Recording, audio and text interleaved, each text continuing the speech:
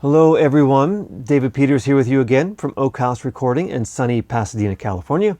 Today I would like to share another quick and dirty demo of a fun studio toy I use in here.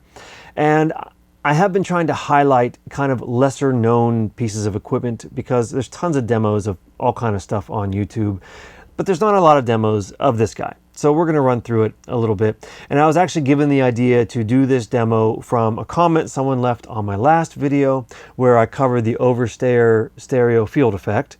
And they asked me, hey, will you try out the POM PYE?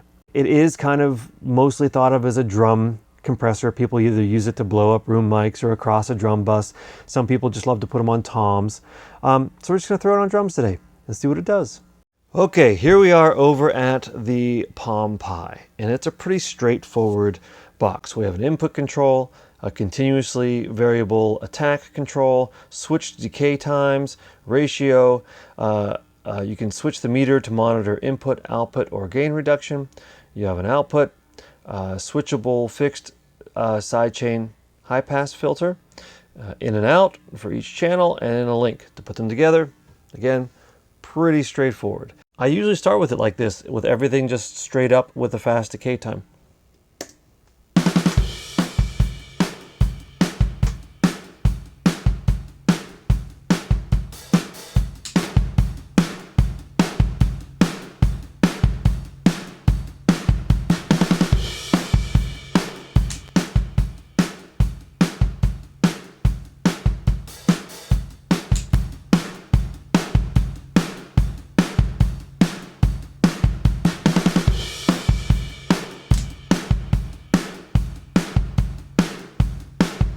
This just grabs the kick drum a little extra.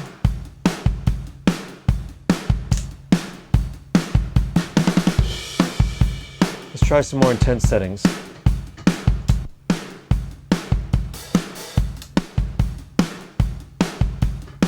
That's on limit. Let's go fast attack.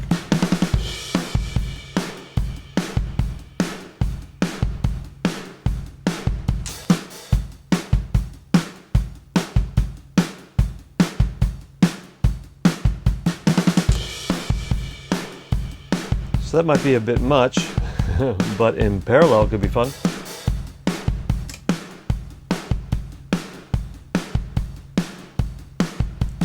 The second fastest decay time really has a nice way of having the room come back almost in tempo.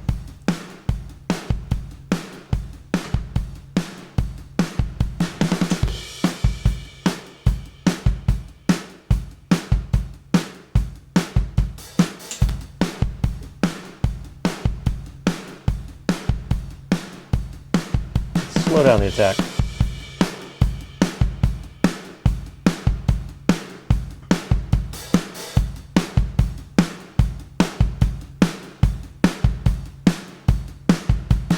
Let's put the music back into it so we get some context. We'll start with it out and in straight up position.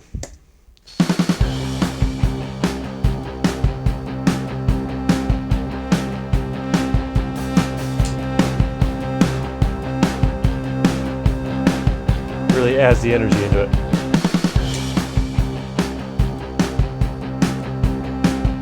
A little limper.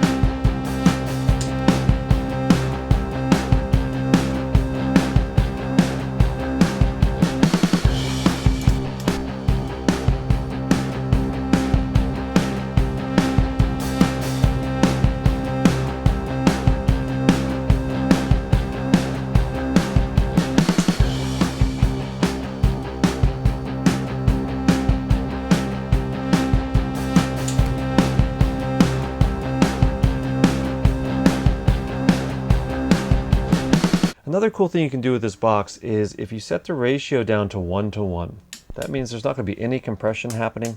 You can just use this as a bit of a crunch box if you like the flavor of the circuitry. Let's just put it back on just drums. Let's take a listen to what that can sound like.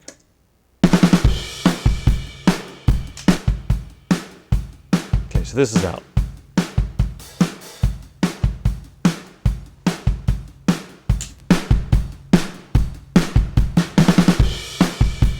a bit of aggression. Let's see how far we can push it.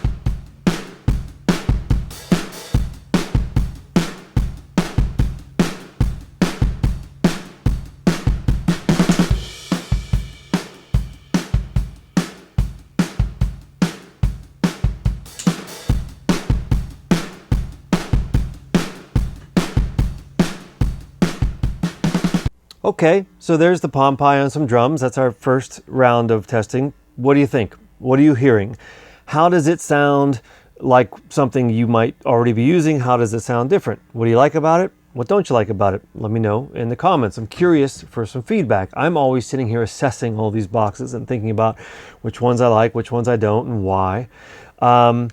There's two things I tend to listen to when I'm listening to a drum compressor on drums, and one is just the sound of the box itself. Every circuit has a particular tone or character to it that it imparts to whatever passes through it, and the POM PYE is no different. It has a very particular flavor to it.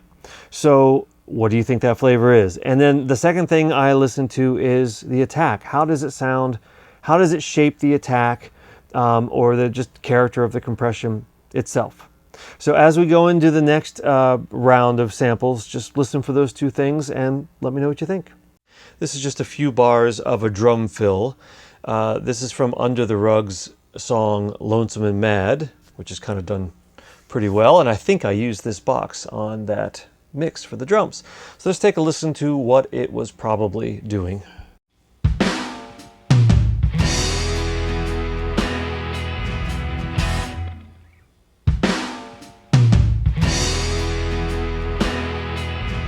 Flip it in.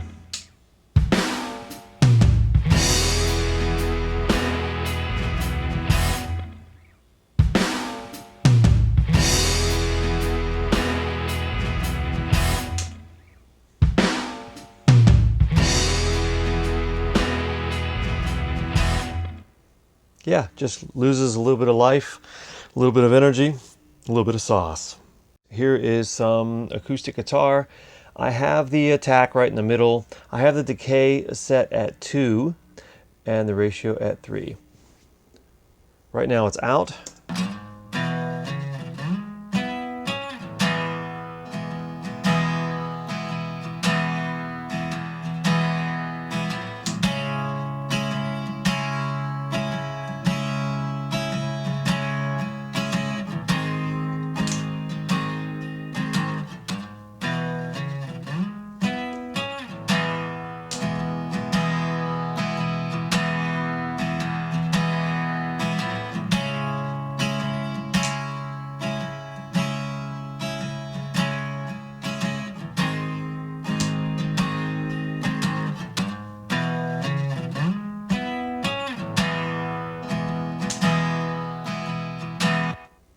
Yeah, just gives it a little bit of extra control and sauce.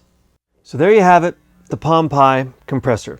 I'm really curious to know your thoughts on what you're hearing. The main question is, why is it in my rack? Well, you know, the main reason is I was really curious about it, so I got one. It looked cool. It sounded cool in the other online demos I saw. But it's stayed in there for the last few years because it's been doing a pretty good job. I tend not to use it how we did it today, where I just stick it over the drums. I tend to do it in parallel. I tend to find the flavor of it pretty strong, and I tend to like to choose how much of that flavor I'm going to use. It really does accentuate the kind of low-mid frequencies. So you get a lot of kind of that fisty punch sound out of the drums, which I really like. I find it has a pretty soft sound to it. I find that it has kind of a spongy, chocolatey, rubbery thing about it.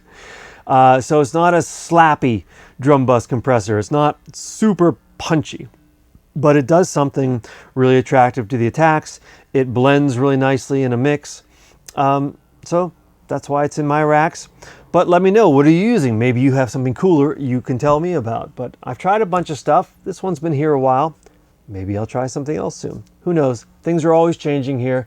That's part of the fun of having a studio. It's like a never-ending art project. You know, you get to be the curator of this ongoing art creation device, and it always gets to be changing. It always gets to be morphing into something new, and you can always kind of keep it fresh. So, with that said, keep it fresh.